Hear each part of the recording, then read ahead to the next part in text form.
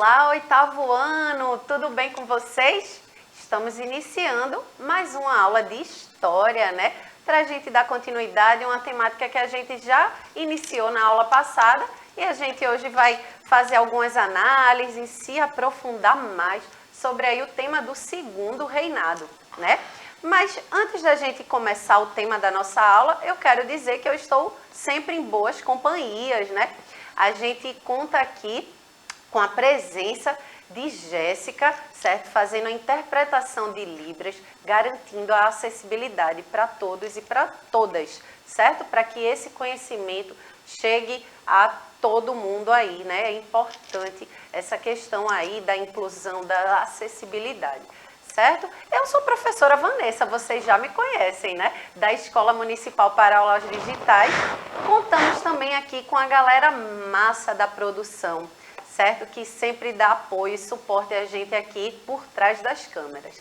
E junto comigo, para a gente acompanhar, né? Para a gente analisar aqui na aula de hoje, charge, analisar contextos históricos, né? Eu conto com a presença do queridíssimo professor Luciano. Fala aí com o meu povo do oitavo ano, Luciano. Bom dia, pessoal, aqui já no meu cafezinho aqui, esperando esta aula da professora, que eu aprendo muito com ela também.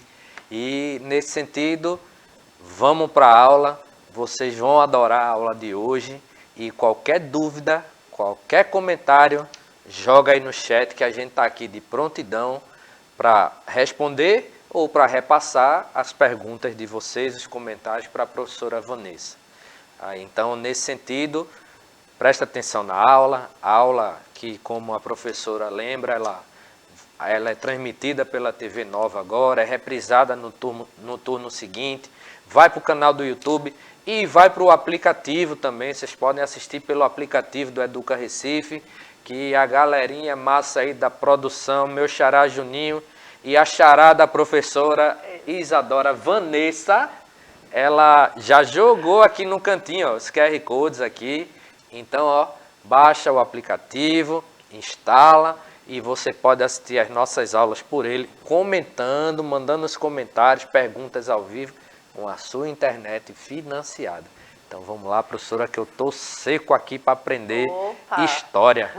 Vamos embora, né? A gente tá aqui cheio de xará, né? É Isadora Vanessa, é Juninho, xará aí do professor Luciano, que é professor Luciano Júnior, né? É equipe de xará. É equipe de xará, exatamente. E o professor Luciano falou uma coisa bem importante aí, né? Ele tá bem acompanhado com um cafezinho. E a gente já viu na aula anterior, né? A gente já se adiantou que nesse período do segundo reinado, o café foi muito importante, né? Para movimentar aqui a questão da economia, né? No segundo reinado, a economia girava em torno, né, do café. Mas a gente vai conversar mais durante a aula, certo? Bom, a gente vai dar continuidade, né, na questão de como também foi se moldando, né, a questão política do segundo reinado. A gente viu que o período regencial foi muito marcado, né, por revoltas, conflitos.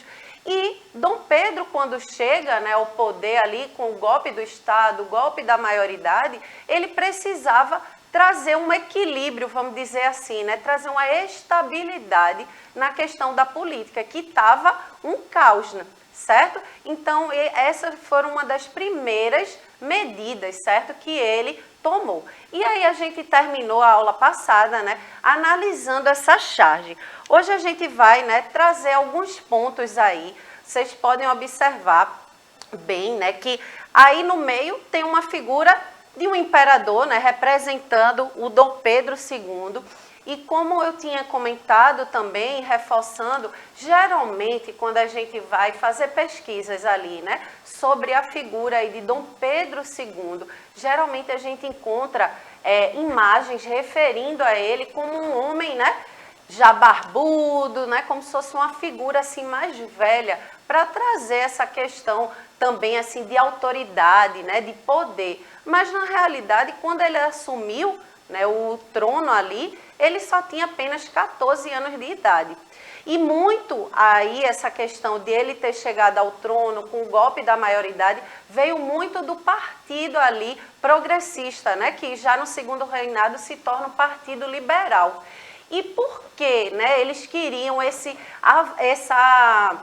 dar esse golpe da maioridade, né, avançar, né, essa chegada do poder de Dom Pedro II? Porque eles achavam, né, esses liberais, eles achavam que eles chegando, né, no poder, os liberais iam ter mais autonomia, ia ter poder ali, né? Afinal de contas, era apenas um garoto de 14 anos e ele achava que só ia ser uma figura representativa. Mas não, né? Existiu uma certa... como é que eu posso dizer? Eles se enganaram na realidade, né? Porque acabou que o poder moderador ali dava todo o poder a Dom Pedro II. Então, ele mandava e desmandava. Só que aí a gente fazendo uma análise dessa imagem, né, foi uma das medidas que Dom Pedro II, quando chegou ao poder, quis tomar para equilibrar aí. Então, ele fazia o quê? Alternava, né? Uma hora era o Partido Liberal que se mantinha, né, que eram os dois partidos políticos da época, o Partido Liberal e o Partido Conservador, a gente já viu na aula anterior, certo? Então, ele usou essa diplomacia aí, né? Inclusive, se a gente observar nessa charge, joga em tela cheia, por favor, Juninho. A gente vê essa idosa aí no meio, né?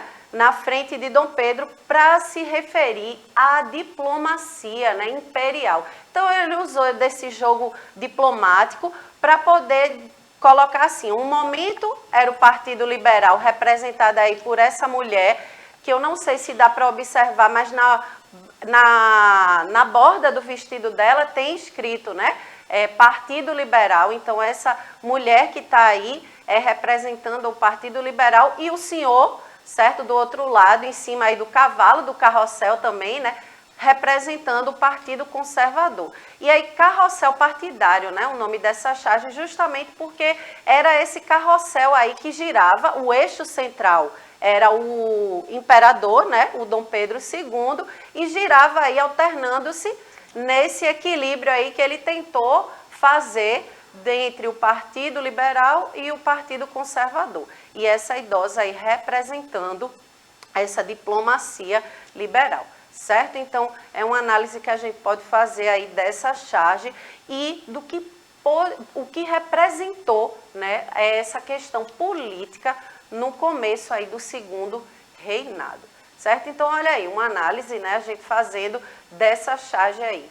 Como um carrossel, os partidos políticos giravam, isto é, alternavam-se, né, no poder ali, no poder ao redor de Dom Pedro II, que era o eixo central, né, e principal ali de todo o poder. Então, de acordo com o ritmo da diplomacia imperial, que é representada aqui, vendo novamente, por essa idosa, certo? Então, ele jogou assim no início ali do reinado dele, nesse formato, para que todo mundo ficasse satisfeito, né? E rolasse aí essa alternância entre os dois partidos principais da época, certo? Os dois partidos, na realidade, que existiam na época, ok? Então, vejam só aí em tela cheia. Inclusive, esse cara aí bem assustado, né? O Mr. Bean, o famoso Mr. Bean. Veja, as reformas políticas, ele curioso, ó, com um olhar curioso. Então, as reformas políticas que pareciam dialogar com os diferentes grupos que controlavam os quadros políticos do Brasil naquela época. Então, essa reforma aí, inicial de Dom Pedro II, parecia, né, professor Luciano, que iam se dialogar, né, iam se conversar. Mas a gente sabe que questão de poder política era bem complicado, né? Então, essa questão aí depois vai tomar outro formato, ok? E aí, o que é que Dom Pedro também resolveu fazer, né? Uma monarquia parlamentarista. A gente sabe também, é bom lembrar, que naquela época, né, só quem votava era as pessoas das elites, né? Quem tinha um poder aquisitivo, né? Então, era o chamado voto censitário, certo? Então, o que é que acontecia? esse povo, né, uma parte do povo, vamos dizer assim, pelo voto censitário, quem era da elite, quem tinha dinheiro, votava, elegia, né, essa assembleia aí do poder legislativo, do parlamento, e o parlamento indicava o primeiro-ministro. Só esse é a ideia do parlamentarismo, né, como se ocorre na Inglaterra e tudo mais, é a monarquia parlamentarista. Porém, aqui no Brasil não foi dessa forma, né? Essa parte do povo elegia, né, através do voto censitário, certo? O parlamento, porém, quem escolhia ali o primeiro-ministro era Dom Pedro II. E ele, qualquer momento, poderia desfazer aquele parlamento, viu? Se ele dissesse assim, ó, esse parlamento aí que vocês elegeram não foi legal, não gostei, não foi do meu agrado, ele ia lá, ó, derrubava o parlamento, destituía e colocava quem ele queria, certo? Então, veja aí, monarquia parlamentarista, o imperador interferia, olha aí, então ele interferia a qualquer momento que ele achasse que não estava favorável para ele. Na política, sempre que fosse necessário para garantir os seus interesses. E era através do quê? Do poder moderador. Lembrem-se lá, desde a Constituição ali de 1824, que existia, né, esse poder moderador. E quando o imperador chegava ao poder ali, né, ele poderia mandar e desmandar. Esse poder moderador, no período da regência, ficou meio que suspenso, né, porque não tinha essa figura do rei, do imperador, certo? Mas com a chegada de Dom Pedro II, volta, né, a ter esse poder moderador e era o que dava todo o poder a esse imperador, né? Então o poder aí ficava na mão só de Dom Pedro II, por mais que houvesse essa pequena participação aí de eleitores, né, através do voto censitário, mas a qualquer momento o Dom Pedro II podia dizer assim, olha, quem vocês escolheram aí para o parlamento não me agrada e eu vou mudar tudo, certo? Então, olha aí, assim, se fosse eleito, olha aí, vejam em tela cheia, né, o que eu estava falando anteriormente, se fosse eleito um primeiro-ministro que não lhe agradasse, ele o retirava. E se a Câmara tomasse medidas que não lhe agradasse, ela era dissolvida. Então, ele fazia qualquer coisa, né? Era o todo-poderoso, né? Isso mesmo? Então, vamos aqui, embora. Olha aí, e como é que ficou chamado, né, esse parlamento? O parlamentarismo às avessas, né? Porque é completamente diferente daquele que a gente estava falando, né? Que uma parte da população, né, elege o parlamento e o parlamento elege ali o primeiro-ministro, certo? E aqui não era assim, né? Porque tinha essa interferência de Dom Pedro II. Então, o novo governo imperial, certo? Que ficou conhecido como parlamentarismo às avessas, buscou reestruturar as regras do jogo político. Veja aí, ele teve essa tentativa de reestruturar, restabelecer essas regras do jogo político, instaurando esse sistema de monarquia parlamentarista, certo? E as avessas, que é o contrário totalmente dessa monarquia parlamentarista que a gente conhece ali, por exemplo, na Inglaterra, certo? Então, em tese, inspirado no parlamentarismo britânico, como a gente estava falando, né? E aí a gente vai entender a diferença. Veja só, na Inglaterra, o monarca possuía uma função política meramente decorativa. Então, assim, era uma figura que só tinha lá para representar o rei, o imperador, né? Ele é o monarca, então só era representar ali, ele não interferia em nada, certo? Então, e deixa as principais decisões, certo, para as mãos do primeiro-ministro. E é assim que ocorre na Inglaterra, né, professor Luciano? Então, ali, essa figura do rei, a rainha, né, que até faleceu recentemente, é uma figura representativa. Ela não tem poder ali de tirar, de mandar, de tomar decisões, certo? Então, é assim que ocorre. Porém, aqui no Brasil, Dom Pedro II, através das atribuições dadas pelo poder moderador, olha aí, tinha total liberdade para escolher os integrantes do Conselho de Estado. muitas vezes as ações do conselho somente refletiam os interesses do imperador. Olha só, né? Então, aqui ficou conhecido como esse parlamentarismo às avessas, né, durante o segundo reinado, né, essa forma aí política que Dom Pedro II quis instaurar aqui, justamente por isso, porque ele não era só uma figura representativa ali, né, como a monarquia parlamentarista em tese, mas ele queria interferir em qualquer coisa que não lhe agradasse, certo? E só queria refletir realmente os interesses particulares dele, né? Então, só favorecer a ele e os demais que se virassem, né? Então, vejam só, as eleições, né, durante esse período eram marcadas por muitos, diversos fraudes, né, violências, então era muito marcada, inclusive tem uma famosa eleição aí, que é a eleição do cacete, que se chama, inclusive, que é justamente... Que foi madeira, porque foi pau. Foi muita violência, com muita fraude, né, então tudo isso era marcado durante as eleições aí do segundo reinado. Certo? Só fazendo uma pequena diferenciação aí, professora, para não passar. A professora Vanessa falou sobre a questão do poder do imperador, né, do parlamento, né, a questão do primeiro-ministro.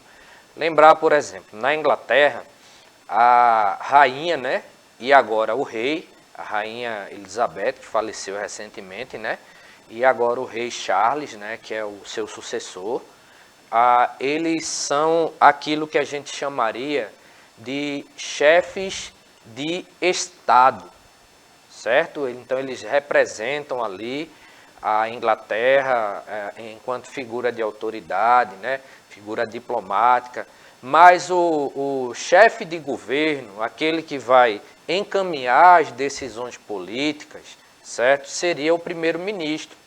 Então, a rainha e agora o rei, né, eles têm até um poder indicativo, eles podem apontar, ó, esse candidato, ele é talvez o melhor para ser escolhido, mas quem escolhe o chefe do parlamento, no caso da Inglaterra, são os deputados, né, que foram eleitos pelo povo.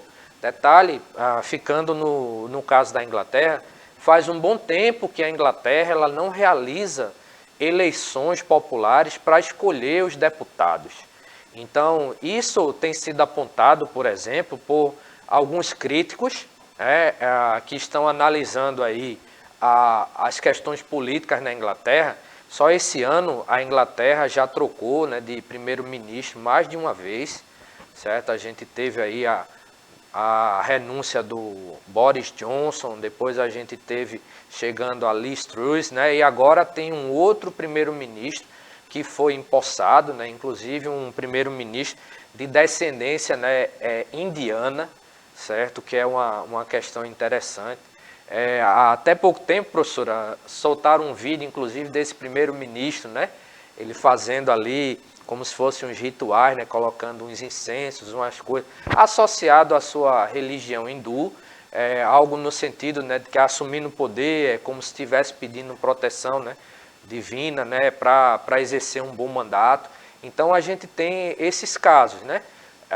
Então, assim, diferenciar o que seria o chefe de governo do chefe de Estado. O primeiro-ministro, ele termina sendo, digamos assim, o chefe, né, de governo. É ele que vai encaminhar as propostas, né, para o parlamento, é ele que vai definir a pauta de votação no parlamento. Então, em outras palavras, ele que vai encaminhar as decisões políticas, né, enquanto o rei, ele tem um certo poder, mas ele trabalha muito mais como que um representante do país, né, nas relações diplomáticas, né, nas viagens ao exterior. Então, a gente tem isso daí, ok? Pois é, né? E como tinha essa ideia, né, professor Luciano, de que quando colocaram Dom Pedro II no poder, principalmente o Partido Liberal, né, relembrando aqui, eles tinham a ideia de que o imperador rei só reinasse, né, mas não governasse. Então, tinha um interesse, né, de que achavam que eles iam ficar no poder, né? Só que aí não foi isso que aconteceu. E aí o que é que Dom Pedro II fez? Disse, vamos tirar essa galera, né, liberal daqui do poder e vamos manter a maioria conservadora, né? Então, nessas eleições aí, foi marcada, de fato, aí por fraudes, né? Por muita violência, ok? Então, vamos agora entender um pouco, né? Aí sobre a questão da economia do segundo reinado, que a gente já vem falando bastante aí. Olha, se vocês puderem observar em tela cheia, a gente vê aí, né, a economia, o dinheiro aí girando, né, e em torno do quê? Desse produto aí, né, que ficou muito famoso na época e ainda hoje né, a gente ainda exporta aí esse produto que é o nosso famoso café, né? O nosso cafezinho aí, que sempre nos acompanha, o professor Luciano aí, vibrando. Cafezinho, até acabou, já tomei tudo tá aqui, vendo? vou reforçar depois ali. Exatamente, e a economia girou aí em torno desse produto. Então vamos entender, né?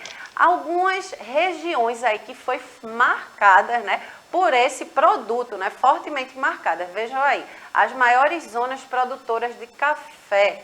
Vejam só em tela cheia, Vale do Paraíba, né, que fica ali entre o Rio e São Paulo, e Oeste Paulista também, certo? Em São Paulo. E a Zona da Mata de Minas Gerais. Então, ficavam muito ali marcadas, né, essas regiões, Rio, São Paulo e Minas Gerais, como as maiores zonas produtoras de café. Então, nesse momento aí, né, do segundo reinado, a gente pode ter uma marca muito forte aí da economia cafeeira, certo? E como é que tudo isso aconteceu? Vamos entender aqui brevemente. As primeiras mudas de café, vejam só, foram plantadas, vejam só em tela cheia. Joga a tela cheia, por favor. Obrigada, Juninho. As primeiras mudas de café foram plantadas no norte do país. Nessa região não havia um solo e clima propício para a produção do café em larga escala. Então, lá no norte, né, na região norte aqui do Brasil, foram trazidas as primeiras mudas e plantadas lá. Só que o clima e o solo não favorecia para que tivesse essa, né, produção em larga escala. Então, o que é que fizeram, né? O solo propício, fizeram estudos, né, análises, e o solo propício à cultura cafeeira era o existente aí no sudeste do país. Como a gente viu, né, nessas regiões aqui, voltando a esse slide, né, a Vale do Paraíba, entre Rio e São Paulo, o Oeste Paulista em São Paulo e a Zona da Mata de Minas Gerais. Então, essas regiões foram as maiores áreas de produtoras de café, certo? Apesar de ter sido o começo, né, das produções aqui foi no norte, mas não deu certo, né, porque era algo que eles queriam que girasse a economia e lá o solo e o clima da região norte não era propício para uma produção de café em larga escala, certo? E aí, vejam só, na sua origem, olha em tela cheia, o café não necessitou do investimento interno. Então, a produção aqui, né, interna não precisava que viesse, né, um investimento de outros países, né, um investimento externo. Então, vamos se ligar aí, olha, como esse rapaz está dizendo, se liga na ideia. A força de trabalho era basicamente africanos escravizados até o fim do Império. A gente vai ver, né, que aí durante esse segundo reinado houve a abolição da escravidão. Isso são cenas para os próximos capítulos, certo? Mas por que? Um dos principais motivos de não ter tido esse investimento aí, né, externo de outros países, porque se utilizava muito da mão de obra escrava, né? Então, o tráfico de escravos a todo vapor que existia nesse período, então eles conseguiam, né, trabalhar tudo aqui com investimento interno. Só que depois vai ocorrer o quê? Uma lei que proíbe o tráfico de escravos. Mas aí, isso já são cenas para o próximo capítulo. Certo que a gente vai trabalhar aí como foi, né, que se extinguiu o tráfico de escravos, como foi todo o processo até chegar ali a questão da abolição e que a gente também vai refletir o que de fato foi essa abolição, né, professor Luciano? Exatamente. Porque a gente está chegando no fim da aula de hoje. Eita, vamos embora. Acabou. Acabou. Foi tão rápido, tá vendo? Eu já tô vendo aí na tela, né, o cafezinho ali.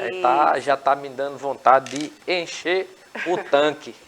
É isso, pessoal. Tchau, tchau. Até a próxima aula.